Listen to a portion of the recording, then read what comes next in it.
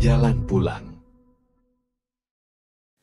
Oke teman-teman, malam ini kita akan memulai kajian Rabu malam kita dengan mengulang kembali materi yang pernah kita sampaikan beberapa tahun yang lalu tentang tajdidun niyah, memperbaharui niat. Kita akan bahas tentang min ajaibil ikhlas, di antara keajaiban-keajaiban ikhlas. Apa pentingnya niat dalam kehidupan kita? Bukan hanya dalam sholat dan ritual, tapi dalam kehidupan kita. Terus bagaimana ikhlas itu bisa merubah sesuatu yang sedang kita alami, baik itu musibah ataupun itu anugerah. Kemudian bagaimana cara kita menjadi seseorang yang mukhlis, sampai ke derajat tertinggi dari mukhlis itu adalah mukhlas. Jadi ada mukhlis, ada mukhlas. Orang mukhlis adalah orang yang sedang belajar menjadi ikhlas. Orang mukhlas, orang yang udah ikhlas banget. Jadi orang yang mukhlas itu gak ada bedanya antara dipuji sama dicelah. Itu mukhlasin. Ketika dia posting sesuatu, likersnya banyak atau malah hatersnya banyak, buat dia gak ngaruh. Itu mukhlasin. Gak gara-gara dia yang nge-like dan komen positifnya disanjung banyak, jadi dia semangat. Terus giliran di hate sama orang lain, dicela sama orang lain, dia jadi kayak pundung gitu. Ini berarti sedang belajar mukhlis. Orang mukhlas gak ada bedanya bagi dia antara emas dan batu. Sama di mata dia antara emas dan batu. Orang mukhlas sama di mata dia antara pujian dan celaan. Orang mukhlas sama di mata dia antara orang yang membalas kebaikannya atau justru mengkhianati kebaikannya. Dia tetap menolong orang tersebut. Ini mukhlasin, derajat tertinggi dari mukhlisin. Sehingga para anbiya kayak Nabi Yusuf, Nabi Musa, Allah menyebutnya mereka adalah mukhlasin. Wadhkur fil kitabi Musa innahu kana mukhlasan wa kana rasulan nabiyya. Salah satunya. Coba kalian ingat kisah tentang Musa. Musa adalah seorang hamba yang mukhlasan, mukhlas banget, yang udah gak ada bedanya dipuji orang, dicela orang, diikuti orang, ditinggalkan orang, buat dia gak beda. Dia tetap berbuat baik, dia tetap taat kepada Allah. Gak ada bedanya ketika dia berhijrah, kemudian hijrahnya ini menguntungkan atau hijrahnya ini menjadi ujian. Dia tetap berhijrah karena dia tahu hijrah itu baik.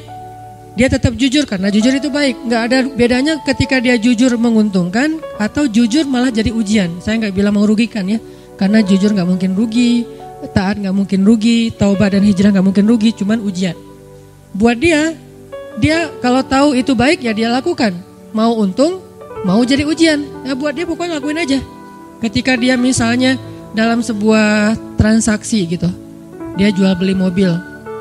Kadang-kadang gara-gara terlalu jujur, apalagi jual beli mobil second gitu. Kalau jujur resikonya kan agak susah cari untung nih. Dia bilang ini tangan pertama, karena emang belum berubah nama, tapi udah tangan ketiga padahal. Dia bilang ini belum pernah kecelakaan, mobilnya sehat banget. Kalau yang masih modelnya analog malah bisa diulik supaya kilometernya dikurangin. Gak tahu kalau yang digital. Artinya dia gak jujur demi dapat untung besar. Nanti untuk less guilty dia akan bantu anak yatim, panti asuhan, bikin tasyakur bin nikmah di rumah kayak gitu kan. Ini proyek kecil, apalagi proyek besar. Ketika dia udah main dalam sebuah event, udah main dalam sebuah proyek-proyek pemerintah yang angkanya udah MM-an, dia susah untuk jujur. Lalu setelah dia gak jujur dapat untung supaya sedikit less guilty-nya, dia bantu pesantren, panti asuhan, bangun masjid atau tasyakuran di rumah, ngundang anak yatim. Nah sekarang kita coba kembalikan lagi, bukan itu yang disebut orang soleh. Orang soleh itu adalah ketika dia taat kepada Allah dalam keadaan sarra au dharra, dalam keadaan senang atau dalam keadaan susah, dan itulah mukhlasin. Alladzina yunfikuna fis sarra'i wad dharra. Orang yang tetap membantu orang lain. Yunfik itu kan bukan hanya ngeluarin duit ya, tapi inti dari yunfik atau infak itu adalah ngebantu orang. Kalau kita ngeluarin duit tapi nggak membantu orang, itu namanya juga yunfik. Tapi yunfik untuk dirinya, karena infak dalam bahasa Arab itu mengeluarkan harta. Cuman identiknya mengeluarkan harta di sini artinya bantu orang lain. Dia tetap bantu orang lain fis sarra au dharra.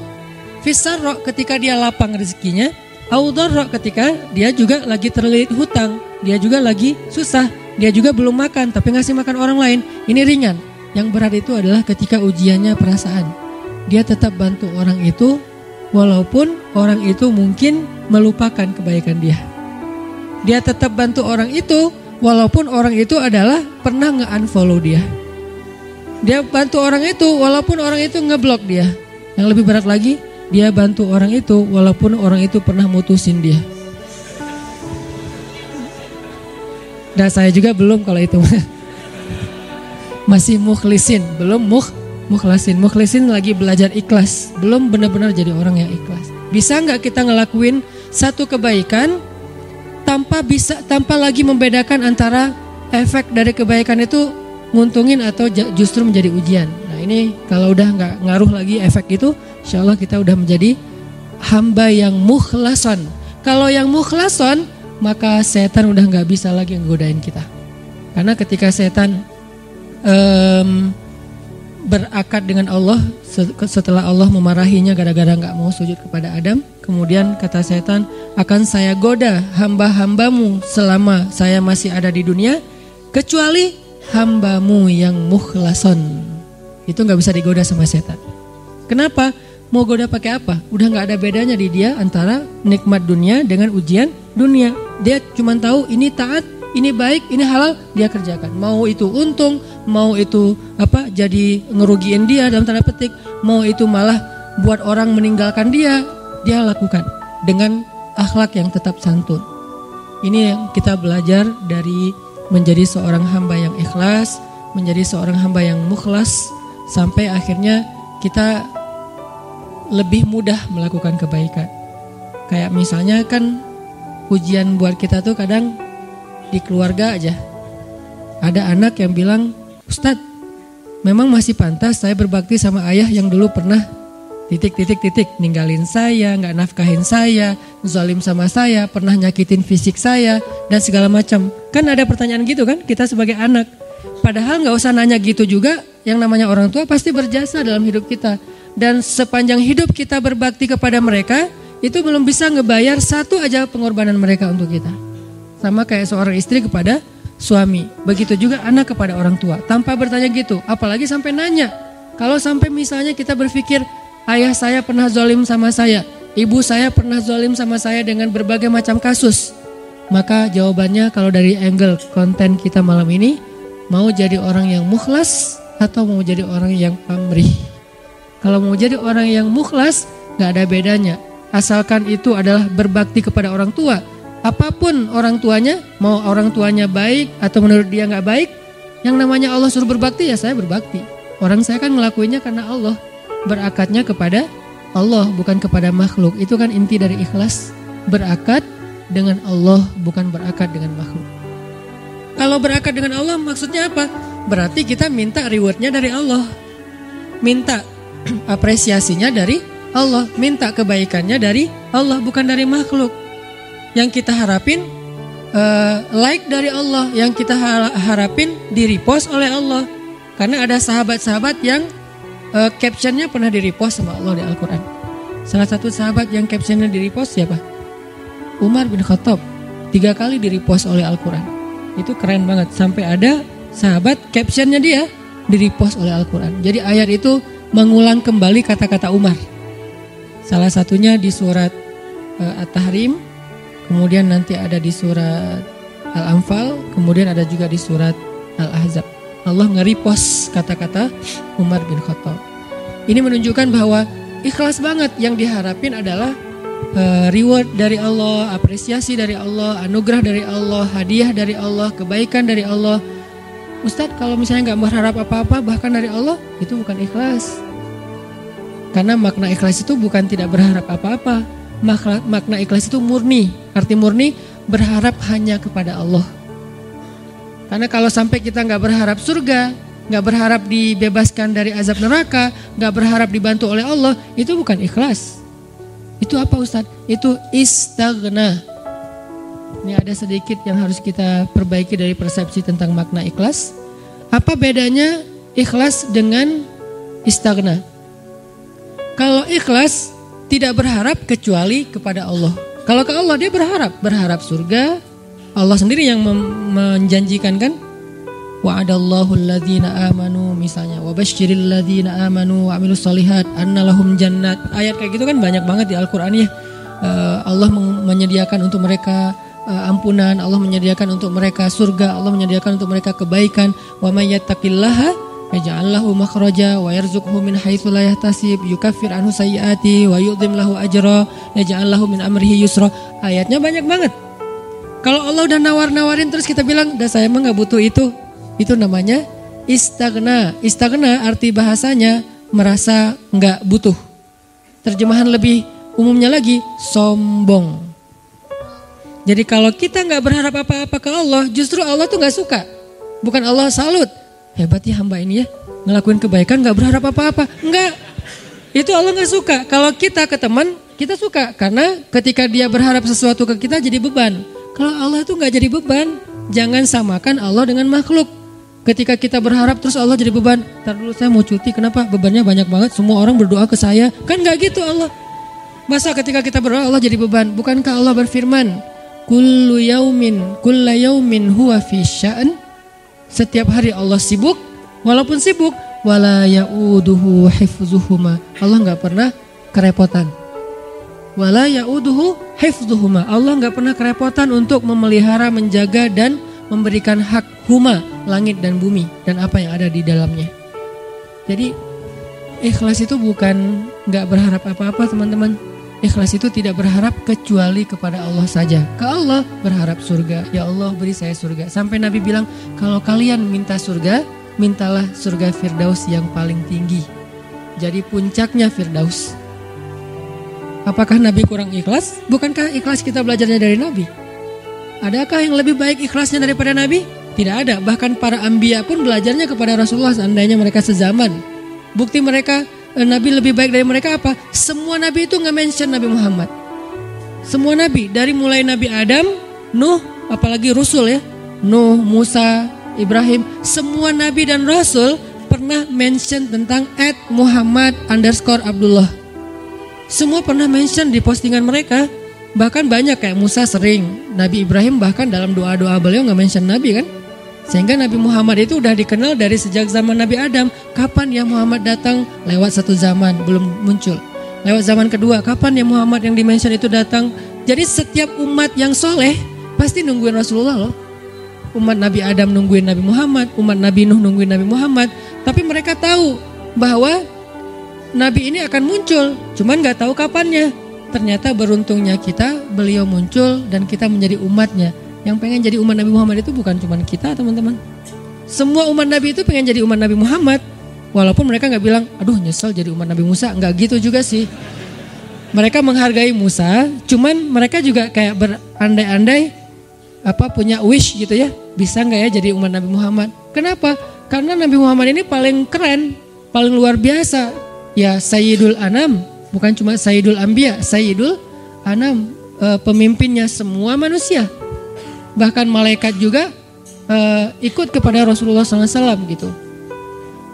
Para Anbiya sholat di Masjid Al-Aqsa diimamin oleh Rasulullah SAW. Jadi nggak ada orang yang lebih baik dalam masalah agama daripada Rasul.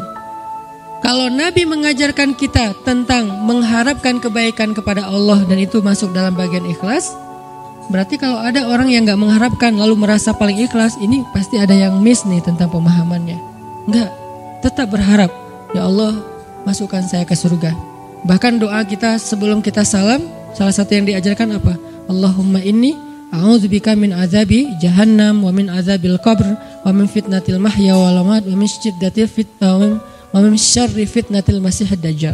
Atau doa yang dibaca sama Bilal terus di like sama Nabi itu apa? Yang diposting sama Bilal. Allahumma inni as'aluka ridhaka wal jannah wa a'udzubika min sakhatika wan nar. Itu kan postingan Bilal ya. Yang first like-nya malah Rasulullah. Lalu yang lain pas ngeliat Rasulullah nge-like pada nge-like juga. Akhirnya malah di save gitu postingan Bilal dan dihafal. Kemudian di repost sampai zaman kita sekarang. Isinya apa itu? Meminta dan berlindung. Berarti mengharapkan kan? Meminta berarti mengharapkan surga dan ridho Allah. Berlindung berarti mengharapkan terbebas dari neraka dan dan kemarahan Allah. Ini berarti ikhlas. Jadi kalau kamu kenapa puasa? Biar ujian nasionalnya lancar. Oh, nggak ikhlas tuh. Ikhlas kalau berharapnya ke Allah. Kenapa tahajud? Biar nilainya bagus. Ikhlas kalau berharapnya ke Allah. Kenapa ini? Karena ini. Kenapa ini? Baik urusan dunia maupun urusan akhirat selama halal ya. Karena kenapa sekarang kamu rajin tahajud?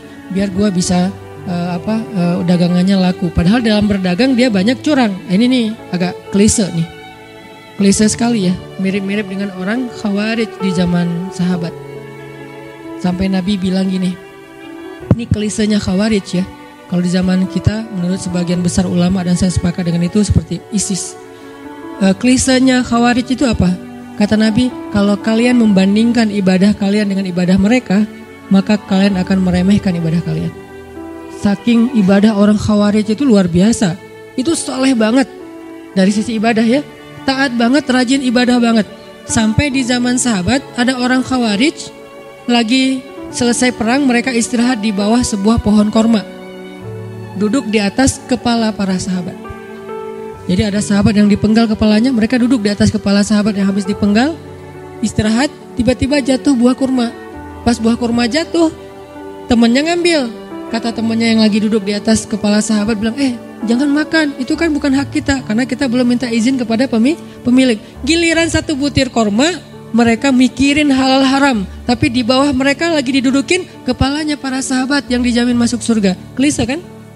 Ini yang sering terjadi. Kadang-kadang kita dari satu sisi ahli ibadah, malam tahajud, siang puasa, tapi komen di sosial media masih istilahnya gibah, buka aib, apa-apa segala macam. Ini berarti kita kayak agak sedikit aneh gitu kesolehannya. Nah, termasuk orang yang pengen jadi orang baik tapi nggak mengharapkan apa-apa. Sampai ada syair, dan saya agak kurang setuju dengan syair ini, mengatakan, ya Allah, kalau saya berbuat baik karena pengen surga, tutuplah pintu surga itu dari saya. Gitu kan ya? Kalau saya beribadah karena takut neraka, masukkanlah saya ke dalam neraka. Saya melakukan itu hanya karena cinta. Terkesan hub, al-khauf, dan ar-roja itu tiga hal yang bertentangan. Padahal tiga hal ini, tiga-tiganya bagian dari iman. Hub, cinta, bagian dari iman. Kita harus mencintai Allah lebih dari segalanya. Khauf, takut kepada Allah, bagian dari iman. Sampai Nabi mengatakan, Ra'sul hikmah makhafatullah. Puncaknya orang yang berilmu itu takut sama Allah. Jadi orang yang paling takut pada Allah, yang paling banyak berilmu. Innama yakhsyallaha min ibadihi al-ulama. Orang yang paling takut kepada Allah di antara hambanya adalah orang yang berilmu. Begitu juga dengan ar-raja. Siapa yang mengharapkan kebaikan di sisi Allah, maka dia mendapatkan apa yang diharapkan, termasuk niat. Maka yang paling tepat di antara makna ikhlas, ikhlas itu tidak berharap kecuali hanya kepada Allah. Kalau berharap kepada Allah, itu semuanya ikhlas. Kalau nggak berharap apa-apa dari Allah, namanya istaghna. Dan ayat tentang istaghna, kalla innal insana la yatgha ar-ra'ahu istaghna. Manusia itu akan banyak berbuat dosa ketika dia merasa dirinya serba cukup, nggak butuh lagi kepada Allah SWT. Insya Allah nanti kita lanjutkan setelah sholat isya. Teman-teman sekalian, kita lanjutkan tentang pembahasan min ajaibil ikhlas, di antara keajaiban ikhlas. Dan tadi kita membahas tentang arti ikhlas itu apa. Ternyata ikhlas itu bukan gak berharap apa-apa kepada Allah, seolah-olah kita gak merasa butuh kepada Allah. Padahal justru berharap kepada Allah, bergantung kepada Allah, meminta kepada Allah, itu bagian dari ibadah. Jadi kalau kita pengen dapat banyak pahala ibadah, doa aja yang sering. Karena berdoa itu adalah ibadah. Dan Nabi yang paling banyak berdoa itu salah satunya Nabi Ibrahim. Dan kita baca di dalam Al-Quran gimana doa-doa Ibrahim yang sangat luar biasa. Sehingga Ibrahim dikenal dengan istilah awwahun, hamba yang awwah. Arti awwah itu da'a, arti da'a banyak berdoa. Jadi kalau Ibrahim aja Allah sayang banget kepada beliau karena suka berdoa, berarti doa itu adalah ibadah. Dan Allah gak akan repot sama sekali kalau kita minta. Request kita sebanyak apapun ke Allah gak repot sama sekali. Bahkan kadang-kadang kita meminta sesuatu yang menurut logika kita udah gak mungkin, buat Allah juga bukan sesuatu yang berat. Gak akan Allah terganggu, kamu kalau minta ngira-ngira dong gitu. Masa minta sesuatu yang udah gak mungkin lagi dikabulkan? Enggak, karena ala kulli syai'in qadir, gak ada batasan. Allah maha kuasa atas segala sesuatu. Justru dengan meminta kita lagi belajar iman loh teman-teman. Meminta itu belajar iman. Kayak kita lagi mau jalan, naik kendaraan atau naik pesawat. Begitu dia mau take off, Bismillahirrahmanirrahim, ya Allah mudah-mudahan selamat kalau bahasa kita ya. Itu kan belajar bergantung ke Allah. Justru orang yang gak meminta ke Allah, gak bergantung ke Allah, itu istaghna, sombong. Memangnya kita yakin take off ini akan berhasil, akan sukses. Apalagi landing, itu lebih berat lagi tuh. Selalu deg-degan saya kalau udah landing. Apalagi kalau yang misalnya pesawatnya agak kecil, terus cuacanya gak bagus, landingnya sampai gak terlalu mulus gitu, itu kan resikonya tinggi. Sehingga pas lagi landing, doanya mungkin 3 kali lipat pas dari take off gitu. Kalau take off doanya subhanallah sakharana haza, kalau landing sampai yasinan, ayat kursi, ar-rahman. Kenapa? Karena bergantung kepada Allah.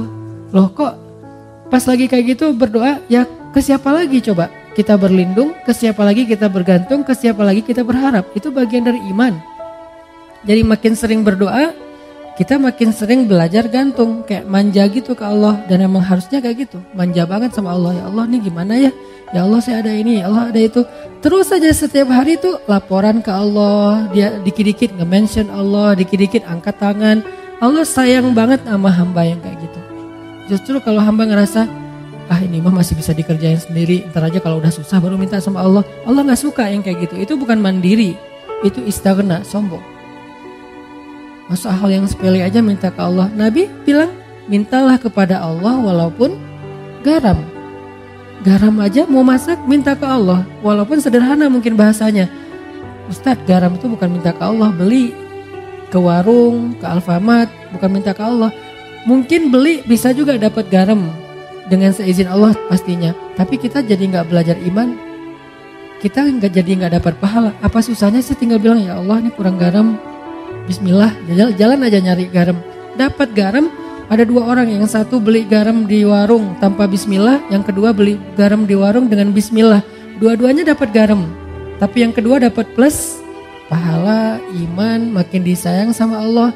Siapa tahu lewat masakan yang dia masak dengan Bismillah itu rasa cinta Allah tanamkan dalam hati suaminya.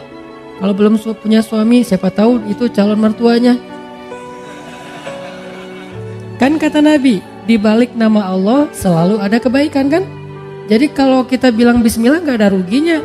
Tinggal kita bilang, ya Allah kurang garam, Bismillah, cari aja garam di warung. Yang kedua, dianggap itu mah gak perlu Bismillah juga dapat. Yang namanya garam gampang carinya. Ya dua-duanya dapat garam, dua-duanya masukin garam ke dalam masakan itu. Tapi yang satu berkah, yang satu tidak berkah. Segala sesuatu yang dilibatkan nama Allah di dalamnya, kata Nabi, Allah munculkan kebaikan atau keberkahan. Segala sesuatu yang tidak ada nama Allah, Allah cabut keberkahannya. Jadi bukan hanya masalah makanan yang kita makan teman-teman, tapi apa kebaikan setelah itu yang kita dapetin. Sehingga kalau misalnya kita ngerasa mampu pun secara logika sederhana, mudah, tetap pakai nama Allah. Tetap minta sama Allah. Karena yang kita minta bukan yang mudah itu doang, tapi apa yang setelah itu.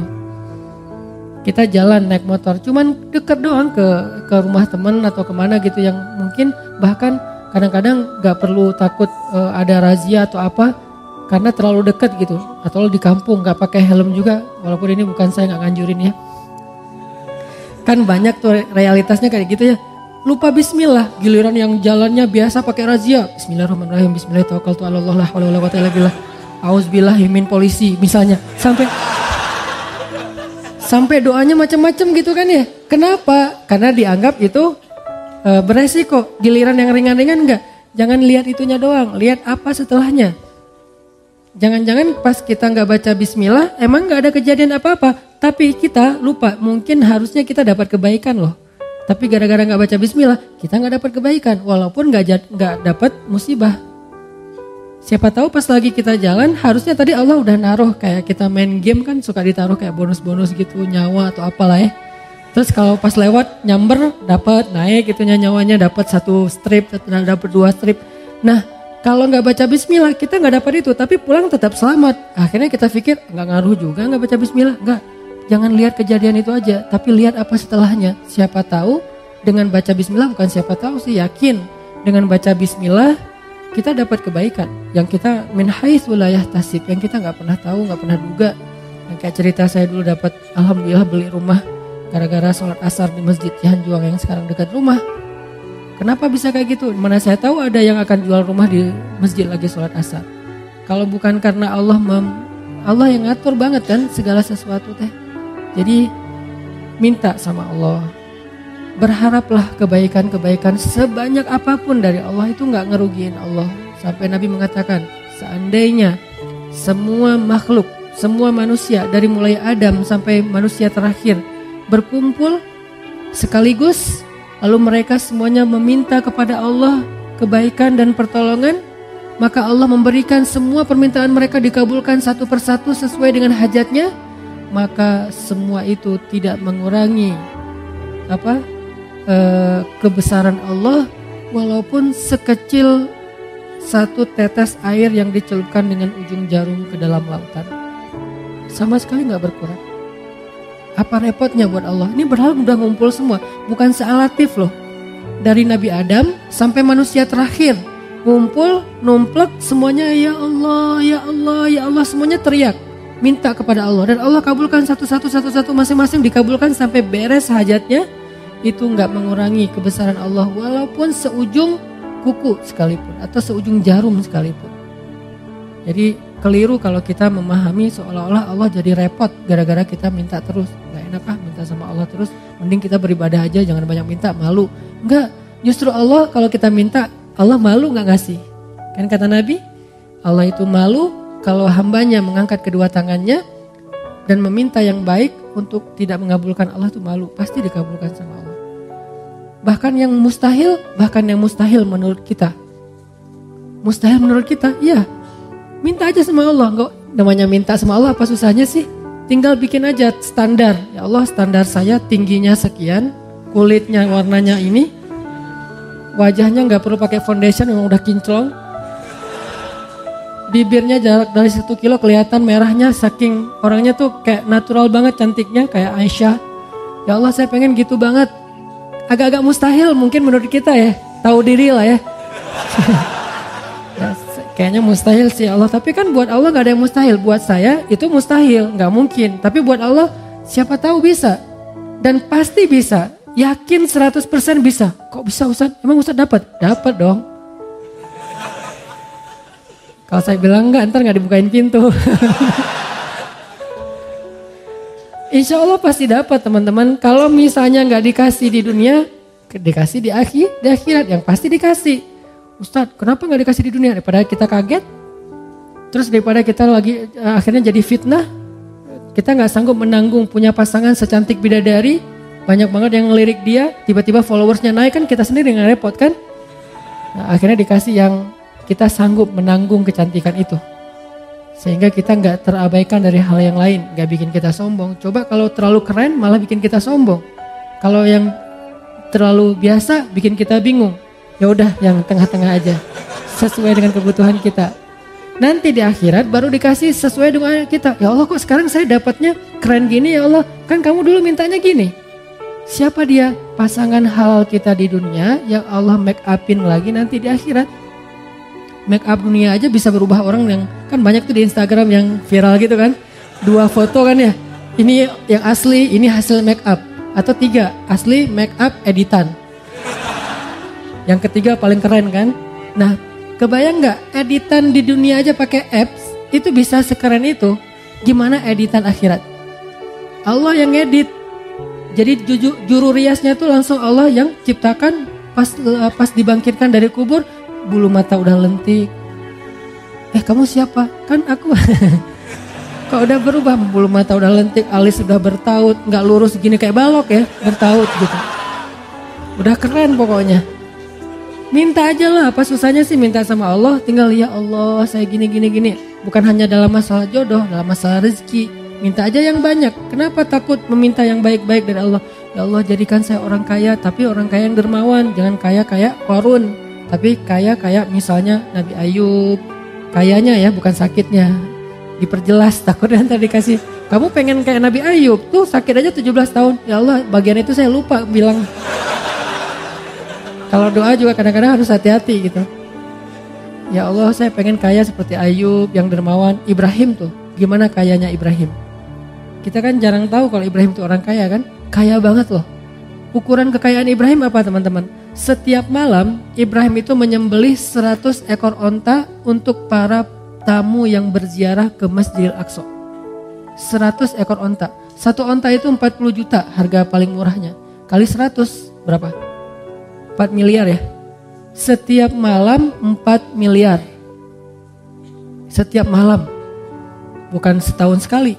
Setiap malam ngeluarin duit 4 miliar untuk ngejamu para penziarah yang datang ke kota suci Al-Quds. Itu baru makanan. Dan beliau menyediakan tempat penginapan bintang 5 gratis untuk semua para turis yang datang ke Masjid Al-Aqsa. Jadi Masjid Al-Aqsa yang sekarang Al-Quds yang diklaim Israel sekarang itu, dulu tuh Ibrahim sendiri yang ngelolanya tuh. Ibrahim tuh bukan orang miskin, orang kaya. Tapi diuji ninggalin istri dan anaknya di tengah padang batu dengan bekal yang seadanya.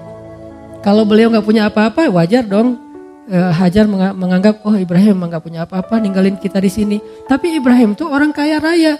Kok bisa ninggalin istrinya kayak gitu gak dikasih bekal yang cukup? Ujian buat Hajar dari Allah SWT. Sehingga akhirnya Hajar belajar iman kayak gitu-gitulah. Jadi minta aja. Kalau misalnya Allah gak ngasih di dunia kekayaan sebanyak yang kita minta, dikasih kekayaan di akhirat. Dan kekayaan di akhirat juga kita butuh. Bahkan di akhirat kita lebih butuh lagi jadi orang kaya daripada dunia. Kenapa? Karena di akhirat kita menjadi orang yang perjalanan sendirinya itu cukup lama. Gak dibantu siapa-siapa itu cukup lama. Baru setelah periode ini lewat, baru nanti akan ada periode kita ketemu lagi dengan pasangan kita, ketemu lagi dengan keluarga kita, yang pasti gak akan ketemu lagi dengan mantan kita. Itu ada adegan kayak gitu nanti di akhirat. Masa di surga ketemu mantan kan baper ya. Kenapa sih kamu udah masuk surga masih sedih? Itu. Kok mereka berduaan gitu-gitu amat sih, selfie-selfian aja dari tadi. Nah kamu pasangannya di mana? Ketinggalan di padang mahsyar. Kok bisa? Kebanyakan gosip. Jadi hisapnya lah lama gitu. Ini definisi dari ikhlas. Ikhlas itu berharap kepada Allah yang baik-baik dunia dan akhirat. Yang kedua, Nabi SAW bersabda hadis yang paling populer. Bahkan hadis ini bisa dibilang Al-Fatihahnya hadis. Al-Fatihahnya kedudukan hadis ini di dalam hadis-hadis Nabi seperti kedudukan Al-Fatihah di dalam Al-Quran. Innamal a'malu binniyat wa innama likulli imri'in ma nawa dan seterusnya. Hadis Bukhari Muslim dari Umar. Nah kata Nabi innamal a'malu binniyat. Amal itu tergantung niat.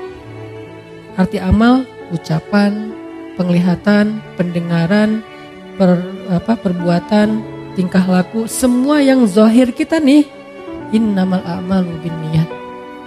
Akan Allah nilai, akan Allah anggap kebaikan atau tidak, tergantung di sini teman-teman, bukan yang di zahir. Makanya ada hadis yang menjelaskan hadis ini kan, ada hadis dijelaskan oleh hadis, ayat dijelaskan oleh ayat gitu kan, ayat dijelaskan oleh hadis kan, sesama teks ini saling menjelaskan. Hadis Nabi bilang, innallaha la yanzuru ila aswarikum wala ila amwalikum wala ila a'malikum walakin yanzuru ila qulubikum. Allah ngelihatnya bukan ke penampilan kalian dulu. Allah enggak ngelihat perbuatan kalian dulu. Allah enggak ngelihat harta kalian dulu. Allah ngelihat hati kalian dulu. Yang ngelihat hati di sini artinya apa? Hatinya baik atau enggak? Bukan. Ikhlas apa enggak? Itu maksud dari Allah ngelihat hati dulu. Sehingga kalau misalnya kita mau dihargai oleh Allah, diberikan balasan kebaikan oleh Allah, ini dulu yang harus kita islah. Disebut dengan istilah Tajdidun niat, perbaharui niat. Kenapa perbaharui niat? Karena niat ikhlas itu dijaga teman-teman, nggak cuma di awal. Ada orang di awal ikhlas, tapi di tengah riya. Lawan dari ikhlas itu by the way riya. Ada di awal ikhlas, di tengah ikhlas, di akhir riya. Ada di awal ikhlas, di tengah ikhlas, di akhir ikhlas, setelah beberapa tahun riya. Begitu sekali dia riya, hangus habis semua kebaikan dari apa yang kita udah lakuin. Contoh, kan kita tuh bukan tipe orang yang insya Allah levelnya di awal udah riya ya. Insya Allah tuh bukan kita. Gak mungkin kita mau tilawah, dengerin gua tilawah riya ya. Oh, enggak kan? Kita bukan tipe gitu. Insya Allah kita di satu level di atasnya. Orang yang insya Allah di awalnya ikhlas. Gak mungkin juga kita misalnya mau ngelakuin satu kebaikan semuanya terus kita niatkan. Kalau orang yang niatnya dibaca usolli sunnata tahiyatul masjid rakaatain lillahi ta'ala. Kan gitu kan ya. Ini riya sengaja. Sholli sunnata misalnya duha rakaatain riyaan linnas Allahu akbar. Kan enggak ada. Apa riyaan linnas atau riyaan linnas? Ya Allah, saya sengaja nih sholat 2 rakaat. Maaf ya Allah, kali ini agak-agak kurang ikhlas. Riya aja deh sekali-kali kan enggak apa-apa. Allahu akbar. Enggak ada. Kita tuh bukan level itu.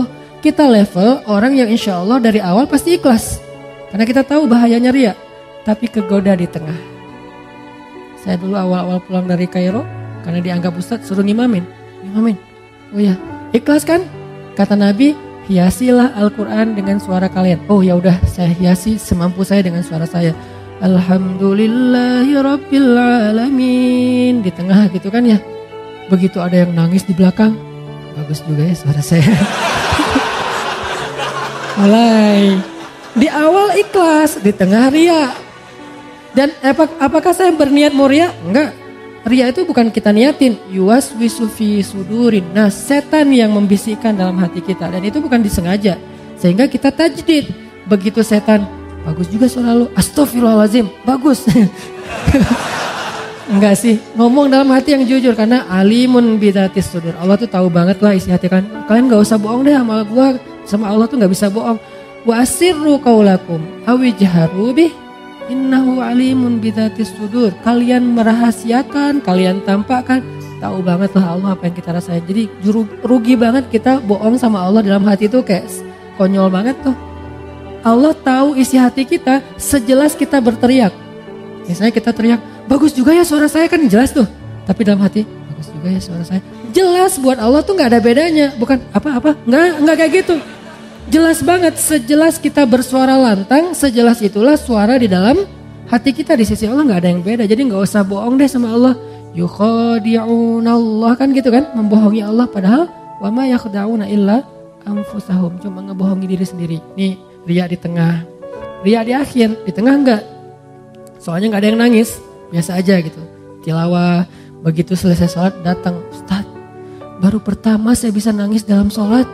Di Masjidil Haram aja saya gak bisa nangis. Di belakang Ustaz saya nangis. Oh iya Pak, Alhamdulillah istiqomah ya Pak. Dalam hati, Bapak baru tahu. Mulai yuwas-wis. Bapak gak pernah lihat YouTube saya. Mulai yuwas. Itu kan terjadi kan. Saya pernah ngerasain itu teman-teman. Makanya tajdid, perbaharui lagi. Kayak pas sholat di mall. Itu yang paling agak gregetan. Sholat di mall kan di basement gitu. Musola, sholat maghrib. Karena saya pakai kaos, pakai celana biasa, gak disuruh jadi imam dong. Yang disuruh jadi imam bapak-bapak yang pakai bajunya rapi, imamin aja. Saya, oh ya udah kita lihat aja nanti. Jadi ngomong. Begitu si bapak baca Quran, tuh kan kata saya juga apa? Udah nggak usah lama-lama, al-ikhlas aja. Gitu. Besok-besoknya kepancing nih. Jadi kayak nggak percaya gitu kan sama orang, lihat muka-mukanya kayaknya nih orang-orang polos nih. Pas lagi mau dorong-dorong, saya kayak kedorong gitu. Siapa sih yang dorong saya gitu? Pura-pura kedorong gitu. Ini bukan saya loh yang mau ya, nggak tahu siapa sih yang dorong saya gitu. Udah, Sof, benerin Sof. Dalam hati, Sof udah, dengerin ya. Nih gini nih tilawahan yang bener nih. Allah, riya. Mau saya baca 1 juz, 10 juz, 30 juz, 1 huruf pun gak ada nilainya di mata Allah. Innamal a'malu binniyat. Dan gak bisa saya bohong sama Allah. Bohong ke manusia mungkin bisa. Saya kayak bacanya kayak khusyuk banget. Orang-orang sampai kagum gitu, respect. Masya Allah ya suaranya, bacaannya luar biasa. Pasti dari hati nih, karena kerasa di hati. Kata dia. Tapi kan Allah tahu. Ya, tapi Allah maha menutupi aib. Allah gak mau buka. Enak aja lo ngomong. Enggak. Allah baru buka aib nanti di akhirat. Di dunia gak akan Allah buka. Allah menjaga aib kita. Supaya apa? Supaya kita perbaiki diri. Allah dia ngomongnya gitu, berangga, astagfirullahaladzim, tajdidin niyah, perbaharui lagi niatnya, perbaharui. Ini pengennya karena Allah. Datang setan-setan tuh gak akan lepas kita, dia pegang erat-erat tuh.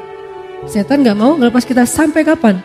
Sampai mukhlasin, gak ada bedanya lagi tadi pujian atau celaan, baru dia akan nyerah. Tapi kan kelas kita masih mukhlisin ya, itu juga kalau mampu. Nah, kadang-kadang bukan di akhir, nanti setelah beberapa tahun. Nah kayak misalnya kita tahajud, udah 10 tahun nih tahajud, tiba-tiba ada teman kita mancing, gimana ya biar bisa tahajud, susah banget, saya udah masang 10 alarm gak kebangun. Udah tidur di lantai biar cepat bangun, malah lebih nyenyak tidurnya.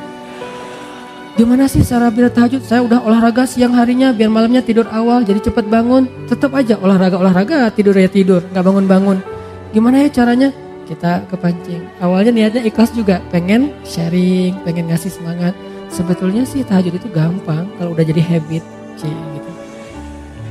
Gimana maksudnya? Lah kalau udah jadi habit, mau dia capek, pulangnya telat, yang namanya jam 2 pasti udah kebangun. Biar jadi habit berapa lama? Ya standarnya sih 10 tahun. Kalau kamu gimana?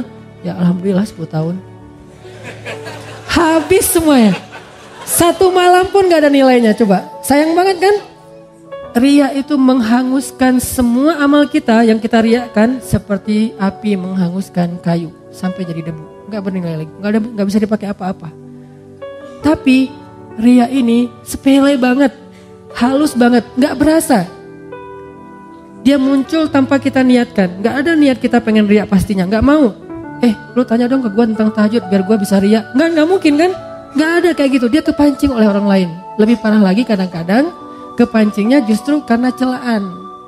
Kita dipancing oleh orang-orang yang gak menghargai kita. Lu gak tahu ya, kayak misalnya seorang istri, suaminya misalnya kayak ngerasa paling banyak berjasa sendiri, paling banyak berbuat, paling penting di rumah itu. Akhirnya istrinya, tahu gak sih kerjaan saya di rumah ngapain aja? Disebutin satu persatu pengorbanannya, kebaikannya.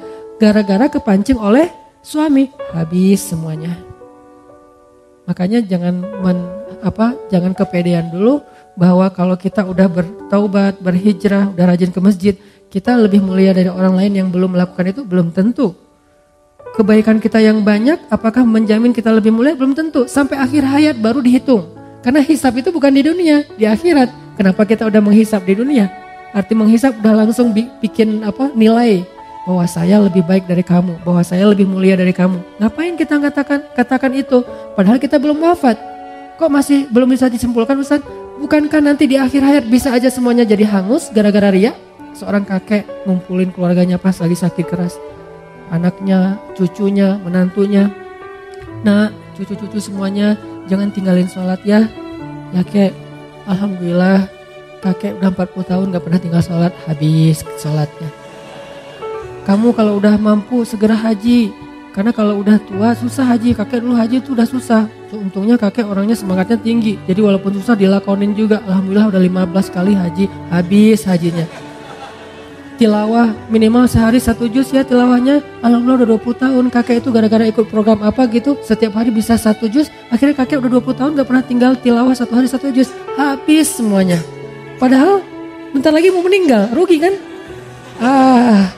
Begitu bangkit, ya Allah amal saya mana? Habis. Kapan habisnya? Detik-detik terakhir. Makanya jangan langsung menyimpulkan. La tuzakku anfusakum kata Allah. Janganlah kalian menganggap diri kalian suci atau lebih mulia daripada orang lain. Tapi bersyukur atas kebaikan, hidayah, taubat, amal soleh ini. Ya itu berarti kita menghargai Allah, bukan memuliakan diri sendiri. Ini jadi amal itu sangat tergantung kepada apa yang ada di dalam hati kita. Ada orang yang dengan lisannya ngomong baik, tapi di sisi Allah itu bukan kebaikan. Contoh, wa minan nasi may yaqulu amanna billahi wa bil yaumil akhir. Ada manusia Allah nggak mau nyebut orang beriman karena tidak beriman. Ada orang bilang amanna billahi wa bil yaumil akhir. Kami beriman kepada Allah, kami beriman kepada hari akhir. Declare. Dia posting. Dia bilang kami beriman kepada Allah dan hari akhir. Allah komen. Kata Allah apa? Wa ma hum bimu'minin. Mereka tidak beriman. Padahal udah ngomong, kok masih ditolak sama Allah? Alasannya apa? Fi qulubihim marad. Di hati mereka ada penyakit. Apa penyakitnya? Khida, riya. Mereka tidak mengatakan itu kecuali untuk mendapatkan simpatik dari manusia, bukan dari Allah. Berarti ucapan doang belum tentu. Kita astagfirullah, astagfirullah, astagfirullah, astagfirullah. Ucapan kan? Kalau nggak benar dari hati bahwa kita benar-benar menyesali dosa, maka Allah menilai sesuai dengan hati kita. Siapa tahu kita istighfar hanya pengen disebut sebagai ahli istighfar. Astagfirullah, astagfirullah, astagfirullah. Begitu ada orang dekat dengan kita, astagfirullahaladzim, astagfirullah, astagfirullah. Makin kencang istighfarnya. Perasaan tadi pelan-pelan biasa-biasa aja. Kenapa jadi lebay gitu? Karena ada orang kanan kiri. Gitu juga dengan sholat. Begitu sholat sendiri cepet-cepetan. Gitu sholat berjamaah baru juga takbir. Allah. Dari mana juga bacaan sholat adanya gitu kan ya. Saking menghayati. Kenapa? Karena dia dilihat orang lain. Allah tahu banget lah yang gitu-gitu. Gak usah acting deh di depan Allah. Begitu kita acting, Allah bilang fi qulubihim marad. Yang masalah itu bukan zahir kamu. Berdiri takbir kamu itu udah sifat sholat Nabi. Naruh ininya sifat sholat Nabi. Berdirinya sifat sholat Nabi. Bacaannya bacaan Nabi. Kenapa bacaan Nabi? Di hari ini Nabi baca surat ini. Sholat ini Nabi baca surat ini. Sampai sedetail itu. Rukunya itu benar-benar bisa naruh air dan gak tumpah. Saking sifat sholat ruku Nabi. Sujudnya bisa masuk anak kambing. Kan bangetlah zahirnya. Tapi kalau dalam hatinya dia berpikir, nih kalian lihat nih, ini baru sifat sholat Nabi. Kalian belajar sama saya, habis semuanya tuh. Kenapa? Fi qulubihim marad. Hatinya ada riya. Jadi Allah innamal a'malu binniyat, maksudnya yang Allah nilai pertama ini dulu. Kalau ininya benar, zahirnya ada kurang-kurang dikit, Allah sempurnakan. Kalau zahirnya sempurna, di sini kurang, Allah hilangkan. Allah anggap gak ada apa-apa, gak ada kebaikan apapun, gak ada nilai. Jadi tergantung di sini ternyata. Kan ada kisah orang yang pengen sedekah, diam-diam kan, tiga kali salah. Dia bilang, ya Allah, nanti kalau udah malamnya larut, orang semuanya pada tidur, saya baru mau sedekah. Ini berarti dia sedekahnya kan diam-diam ya, gak ada yang lihat ya, ikhlas gitu. Karena ada dulu cicitnya Nabi, Ali bin Husain Zainal Abidin. Beliau itu kalau mau ngasih sedekah ke orang miskin, tunggu sampai semua orang dalam kampung itu tidur. Begitu orang udah pada tidur, baru keluarlah Ali bin Husain bawa roti, naruh di depan rumah orang-orang miskin. Terus pulang aja. Dan gak mungkin juga orang miskin pakai CCTV kan. Jadi dia tahu gak ada yang lihat, ditaruh. Pulang, pagi-pagi orang miskin buka pintu, ada kantong di dalamnya roti. Setiap malam kayak gitu. Dan gak ada yang tahu kalau itu Ali bin Husain. Kapan taunya? Begitu Ali bin Husain Zainal Abidin wafat, udah gak ada lagi roti di depan rumah orang miskin. Baru orang mengatakan berarti selama ini yang ngasih adalah Ali bin Husain Zainal Abidin. Saking merahasiakan amal, biar Allah dan saya aja yang tahu. Kita berdua aja ya, Allah yang tahu, yang lain gak usah. Itu romantis banget loh sama Allah. Jadi kalau ada yang ngomong, tuh gak pernah sedekah, ya Allah dia gak tahu. Biar kita aja sama Allah yang tahu. Itu keren loh. Jadi ada amal yang biar jadi rahasia. Kan kalau ada rahasia tuh jadi terkesan akrab ya. Kayak romantis gitu kan. Kayak kita misalnya dengan orang-orang khusus, sahabat kita, geng kita. Kan kita punya rahasia yang orang lain gak tahu kan. Jadi kalau ada orang yang ngomongin macam-macam, kita ngelirik dia aja sambil senyum-senyum. Dia gak tahu kan. Nah ini dengan Allah juga harusnya ada kayak gitu. Walaupun gak mungkin semua amal pastinya. Masa ke masjid kita gak ada yang tahu. Berarti ke masjidnya pas gak lagi azan. Kamu ngapain jam 12 ke masjid? Saya sholat jamaahnya gak ada yang tahu, ikhlas. Gak ada azan juga. Tapi kalau misalnya sholat jamaahnya pas azan, ya pasti orang tahu lah. Dia tuh rajin sholat jamaah. Ya itu di luar kemampuan kita. Bagian itu kita tajdidun niyah. Tapi yang lain yang masih bisa dirahasiain, rahasiain. Karena ada ulama dulu tuh merahasiakan ibadah malamnya sampai 40 tahun gak ada yang tahu kalau dia tuh tahajud. Jadi orang bilang dia tuh gak pernah tahajud. Padahal dia tahajud. Kok orang gak ada yang tahu? Caranya kalau orang masih melek dia biasa-biasa aja. Begitu dia pas orang lagi melek dia tidur. Begitu orang tidur dia bangun. Dia lagi sholat pas orang balik badan, karena orang tidur juga gerak ya. Pas orang balik badan dia langsung khawatir gitu, ya Allah ketahuan. Ternyata dia cuma balik badan, lanjutin. Waktunya orang bangun, dia tidur lagi. Selama 40 tahun. Kenapa? Kata dia, saya tidak mau melakukan sesuatu yang diketahui manusia, kemudian setan menggoda saya untuk menjadi orang yang riya. Sehingga dirahasiakan. Ketahuan gara-gara ada yang iseng ngintip. Akhirnya ketahuan juga, ya Allah saya pernah udah pengen ikhlas. Jadi bukan saya yang mau loh ya. Ini saya tetap ikhlas kan. Ikhlas tapi riya. Jadi riya terhadap ikhlas. Ini unik. Ada orang yang riya terhadap ikhlas. Lo kenapa gak pernah melakukan tahajud? Gue orangnya gak mau sebut-sebut kalau tahajud. Udah biasa ngelakuin tengah malam jam sekian juga gak pernah dikasih tahu ke siapa-siapa. Ikhlas dong. Ini riya terhadap ikhlas. Kenapa sih lo tilawah Al-Quran pelan-pelan? Soalnya suara gue terlalu bagus kalau terlalu kencang. Daripada gue nanti jadi riya, gue bacanya pelan-pelan aja. Terus ada yang pamer gitu, ada yang show off gitu di sebelah. Alhamdulillah, suara gitu aja pamer.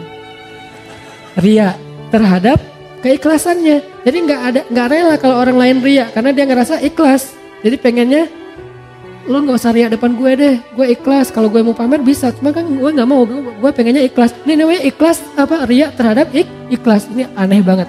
Sama dengan orang yang perlu istighfar terhadap istighfar. Ya istighfar, al-istighfar yahtajul istighfar. Istighfarnya membutuhkan istighfar. Kenapa? Istighfarnya itu riya banget. Astagfirullah, ya Allah, zalamtu nafsi zulman katsira. Oh nggak ada lagi orang, amin. Udah pergi aja. Padahal juga ada orang istighfarnya luar biasa. Ini nih, istighfar yahtajul istighfar.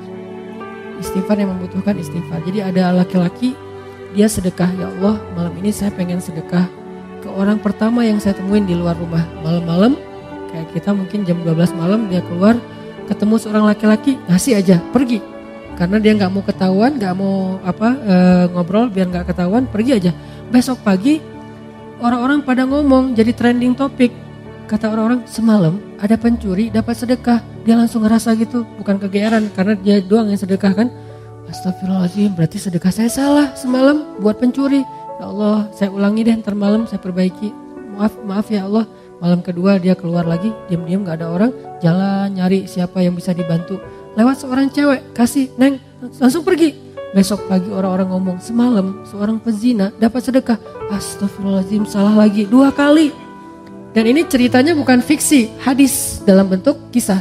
Malam ketiga dia keluar lagi, ketemu orang, kasih, pergi. Besok orang mengatakan, semalam ada orang paling kaya di kampung ini dapat sedekah. Astagfirullah, 3 kali salah. Malam keempat dia tidur, Allah utus malaikat menjelma dalam mimpinya. Ini namanya mimpi yang baik, ilham dari Allah. Malaikat itu bilang, fulan sedekah kamu 3 kali, mungkin kamu pikir salah, tapi Allah terima karena dia ikhlas. Yang pertama, sedekah kamu kepada pencuri membuat dia tidak jadi mencuri karena sudah mendapatkan apa yang dia butuhkan. Sedekah kamu kepada pezina membuat dia tidak jadi menjual tubuhnya karena dia sudah mendapatkan apa yang dia butuhkan. Dan yang ketiga, sedekah kamu ke orang kaya telah menyadarkan dia dari sifat kikir sehingga sekarang dia menjadi orang kaya yang dermawan. Lihat, amal zahirnya gak sempurna tapi batinnya sempurna. Akhirnya Allah perbaiki. Ada orang amal zahirnya sempurna, batinnya rusak, Allah rusak. Siapa? Hadis tentang 3 orang yang pertama masuk neraka. Dihisap sama malaikat, ya Allah ini keren banget nih amalnya. Apa? Dia adalah seorang penghafal Quran 30 juz dengan riwayat mutawatir 10 qiraat. Keren banget nih ya Allah. Mau masuk surga mana? Kata Allah, tempatnya di neraka, kata Allah. Malaikat aja sampai heran karena malaikat kan gak tahu isi hati ya.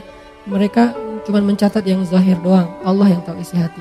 Malaikat nanya, ya Allah salah dia apa? Kan dia ahli Al-Quran, rajin membaca, rajin menghafal, pembawa Al-Quran kemana-mana. Kata Allah, karena dia tidak menghafal Al-Quran untuk aku. Dia menghafal Al-Quran untuk dikenal sebagai qori, hafiz. Sempurnakan amalnya, tapi rusak isi hatinya. Sehingga rusak semua pahalanya. Yang kedua, orang yang dermawan. Ya Allah ini rajin banget sedekah, setiap hari sedekah. Kata Allah, tempatnya di neraka. Kata malaikat, kenapa ya Allah? Dia tidak bersedekah untuk aku, dia bersedekah untuk disebut jawad, orang yang dermawan.